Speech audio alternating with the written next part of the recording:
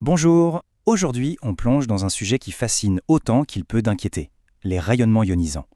C'est un monde souvent mal compris, alors on va décortiquer ça ensemble pas à pas, de la particule totalement invisible jusqu'aux règles qui nous permettent de nous en protéger.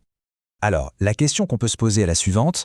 Le rayonnement, c'est un outil miracle ou un poison invisible? C'est vraiment la question centrale.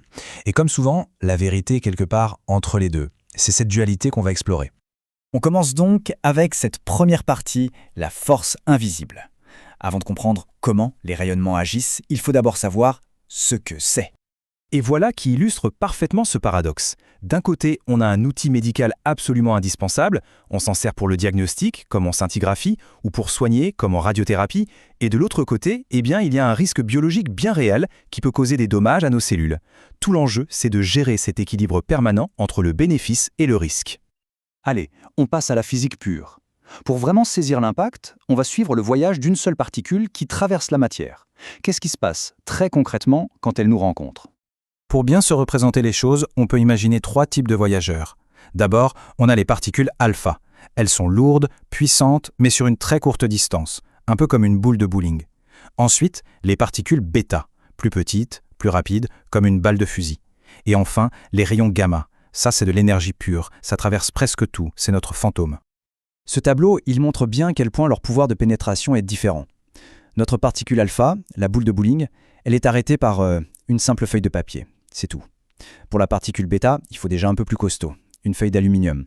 Mais alors pour les rayons gamma, notre fantôme, là c'est une autre histoire. Il faut une barrière vraiment dense, comme plusieurs centimètres de plomb. Justement, concentrons-nous sur ces rayons gamma les plus pénétrants. Puisqu'ils ne sont que de l'énergie, comment est-ce qu'ils transfèrent cette énergie à nos cellules ? En fait, il y a 3 mécanismes principaux à connaître. Le premier, c'est l'effet photoélectrique. Imaginez un photon qui arrive et qui donne absolument toute son énergie à un électron. C'est un chaos net. Le photon, lui, disparaît, il est complètement absorbé. C'est grâce à ce mécanisme qu'on peut obtenir des images médicales très précises, très nettes. Le deuxième, c'est l'effet Compton. Ici, le photon est plus partageur. Il ne donne qu'une partie de son énergie. Il percute un électron, change de direction et continue sa route, mais en étant affaibli. C'est cet effet de diffusion qui a tendance à créer le flou, le bruit de fond sur les images médicales, et qu'il faut donc réussir à gérer.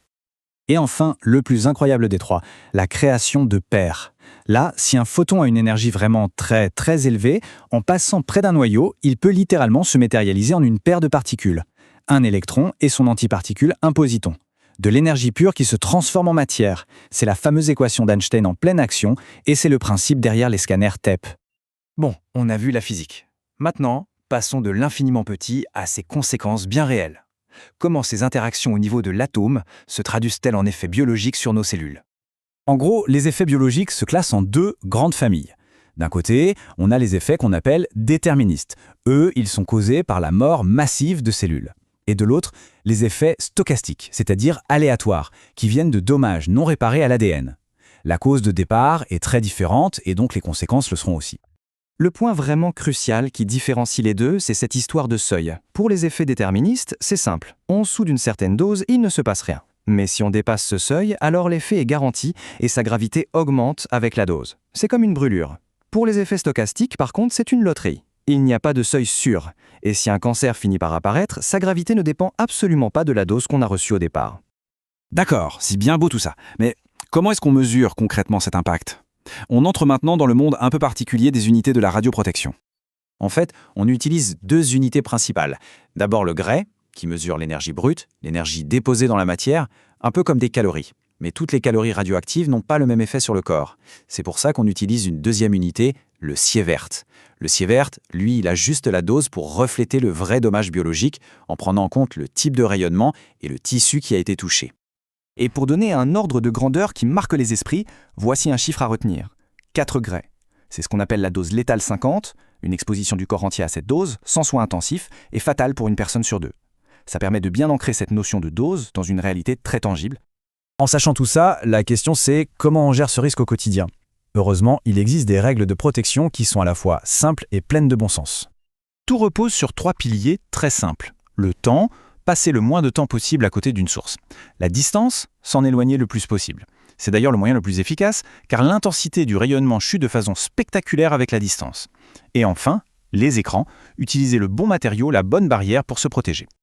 Mais ces outils très pratiques, ils découlent en fait d'une philosophie plus globale, une sorte de code de conduite qui encadre toute utilisation des rayonnements. Ces principes, les voici. Premièrement, la justification. On n'expose jamais personne sans que le bénéfice attendu soit supérieur au risque. Deuxièmement, l'optimisation. On cherche toujours à utiliser la dose la plus faible qu'il est raisonnablement possible d'atteindre. C'est le fameux principe AL-AR. Et enfin, la limitation. Il existe des limites de dose annuelles très strictes pour protéger les travailleurs et le public. Toute cette approche est parfaitement résumée par la mission de la Commission internationale de protection radiologique. L'objectif, ce n'est pas seulement de protéger les gens aujourd'hui, mais aussi les générations futures et l'humanité tout entière. C'est une responsabilité qui est juste immense. Et tout ça, ça nous ramène à notre question du début, mais avec un regard neuf. Maintenant qu'on connaît les règles du jeu, la question n'est plus de savoir si le rayonnement est bon ou mauvais. La vraie question, c'est comment continuer à exploiter son incroyable potentiel tout en le faisant de manière juste et sûre. C'est le défi permanent de la radiobiologie et de la radioprotection.